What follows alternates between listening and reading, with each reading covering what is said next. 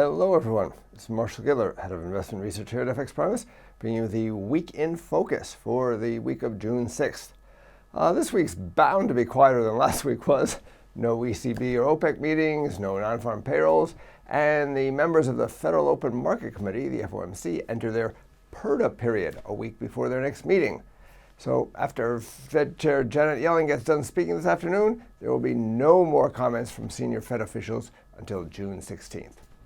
Yellen will be followed by the two rate decisions this week, the Reserve Bank of Australia, the RBA, on Tuesday, and the Reserve Bank of New Zealand, RBNZ, on Thursday New Zealand time. Now, there's little debate about the RBA meeting. The market's pricing in only a tiny chance of a cut. I expect the meeting to be pretty much of a non-event as far as the FX market's concerned. For the RBNZ, however, there's much more disagreement. Economists are split pretty evenly, while the market sees only a 30% chance of a cut or so. I also expect them to remain on hold, which may see the New Zealand dollar firm somewhat. Elsewhere, we've got some evidence on the real economy during the week from various countries' industrial production and trade data.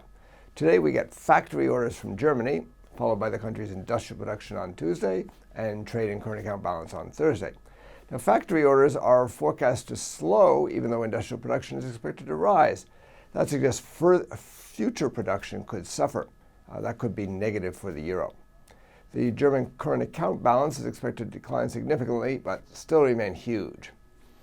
The UK also announces its industrial production and trade during the week, but that's likely to be overshadowed by various polls as the 23rd June Brexit referendum draws closer.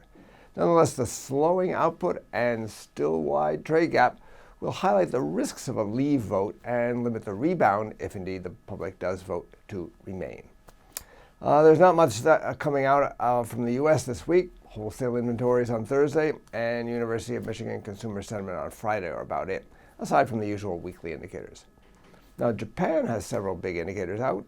The current account and final revision to first quarter GDP on Wednesday, Japan time, machinery orders on Thursday, and the tertiary sector index on Friday. China will be on vacation Thursday and Friday for the Dragon Boat Festival, but still they'll announce their trade figures on Wednesday, their CPI on Thursday, and the key money supply figures on Friday or sometime afterwards. The trade balance is forecast to increase again after the relatively low surpluses so far this year. Now, given the rising tensions between China and the rest of the world with regards to steel exports nowadays, that could prompt the authorities to strengthen the renminbi somewhat, which might help other emerging market currencies.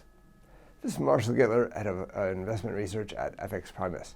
Get more market insights on our education pages and turn your trading ideas into action with FXPRIMUS, the safest place to trade.